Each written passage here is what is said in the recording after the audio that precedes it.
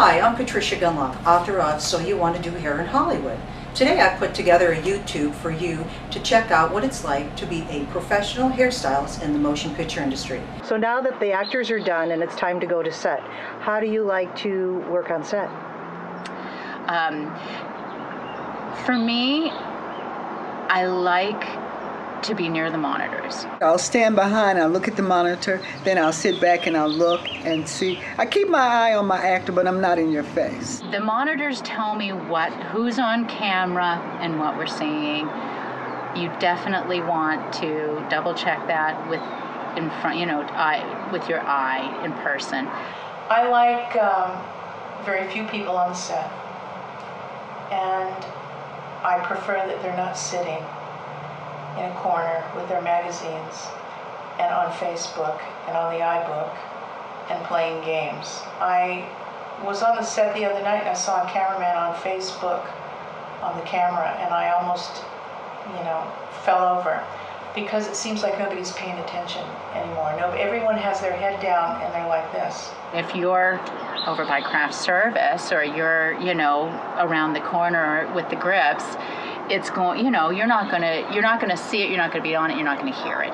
And so I think it's very, very important to always be there. Some actors look around for you. But if you look at them like you're fine, because I can look at you like you're fine, or I'll go up to you, and it depends on what you're looking at. If you're dealing with a wig, it's a lot more intense. If you're dealing with a man in a wig, it's really intense because you're trying to make that wig look authentic. I hate to look at a movie with bad wigs. Especially with wigs, very respectfully and kindly ask the camera operator if you can look through their lens. That's really going to show you what you see. I just like to run a set. I want my people to be on the set. I want them to pay attention. I want them to be assertive, but they don't have to go in every second and comb every little hair. I want them to know when they can go in, when to stay out of the way, and to behave themselves. Keep the noise down, and I just simply want them to do their job. There's moments where you're doing your own thing, there's a big setup or something, but when we're shooting, it's vital to watch the monitors. They'll make you or break you, the ADs, because they have to, they have to play good cop, bad cop. They have to have to make sure that the makeup and hair department is running smooth. They have to communicate with the director. How soon are they going to get them on the set? Why are they not on the set?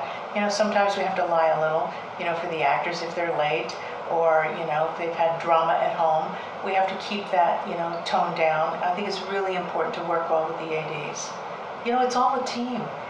We're all there together as a team. There isn't just one department outshining the other department anymore. When you have actors in the trailer, how do you feel about bringing background in to get them ready? Well, I like to keep the background people in either a tent where they provide, everything for them. They're by the catering, they're by wardrobe, they're by the bathrooms, or to have a separate trailer for them.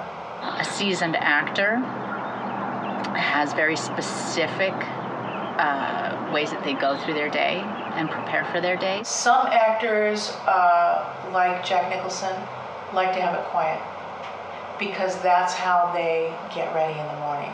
And then you have extras that come in and talk about, or background, what shows they were on and what they were doing, and please don't cut my hair, I'm going to do a commercial tomorrow, I'm a friend of the producers, I'm the producer's brother, blah, blah, blah. That's too much for some people in the morning, and at 5 o'clock in the morning, you don't want that. How do you deal with drama?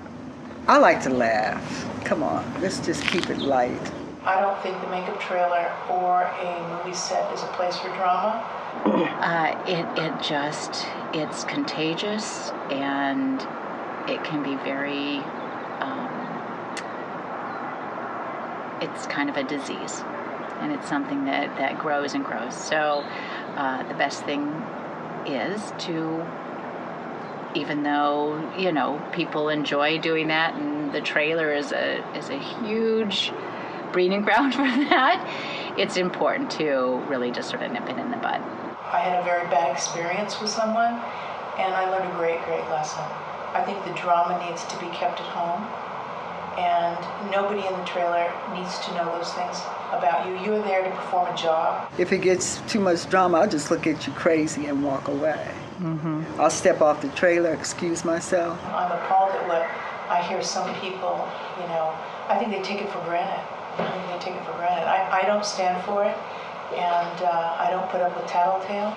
And then sometimes I might have to tap you on the shoulder and we have a conversation. Communication is one of the most important things that you can have with your hairstylist, because once everybody gets together and they're a group and you trust them and they trust you, you can move on to something else and you can move on to something else. But I have to tell you, it takes a really special team. A lot of times when we get shows, they give us X amount of dollars. Is there any certain way you like to handle that? I try to stay in the budget. Having worked so long in this business, you accumulate a lot of stuff. So right now, as you start a show, there's always things that are just essentials for the trailer. Do you know it's almost impossible to do a movie with a hair budget? I mean, one can of mousse is what, $30?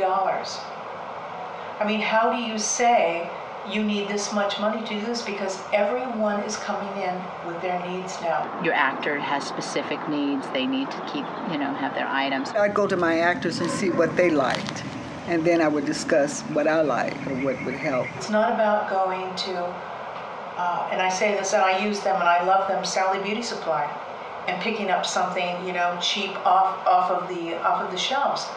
This actress is coming in, she's using Kerastase. This actor is coming in, he's using Orbea. You got to call New York. This one's coming in, they've got something else. You have to have a plethora of stuff on your counter, and I can tell you, they look at your counter and they know whether you got it or not. Talk to the director to see what he wanted, and like I said, what period it was, or if they were wearing a wig, or if it was color involved. I don't do color. I send an actress out to a color specialist. What stretches your budget is if a show a wig is needed. I try to look at the budget in the beginning and put it in perspective, so I have this, figured out. Being in touch with your producers and saying, your script says this is what that's going to cost. So getting those numbers to them before the show starts is vital, before they actually get their budget done. I'll keep the UPM aware of what I'm dealing with, but I try to stay in budget. I don't want to go over budget.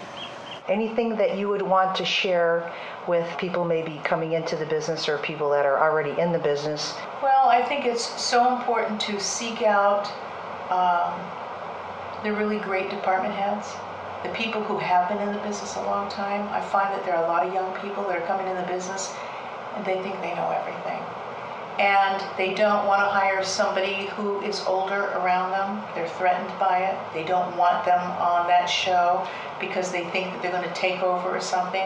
And I always remember how grateful I was that those hairdressers taught me what they did, because you don't get that information anymore. The period shows how they did their wigs. You don't see that a lot anymore. That technique, it's a technique that is going to be gone, especially with hair lace wigs and period hair. If I'd like to see another super action hero shot, I mean, it's like I just want good stories, good film. I'm a very friendly person to work with. I really respect my department and I appreciate what they do. I don't make a lot of waves with the producers. It's out of this big budget thing, or, and then you find a small film that does quite well and is in quality. Can we just get in the middle? You know what I mean?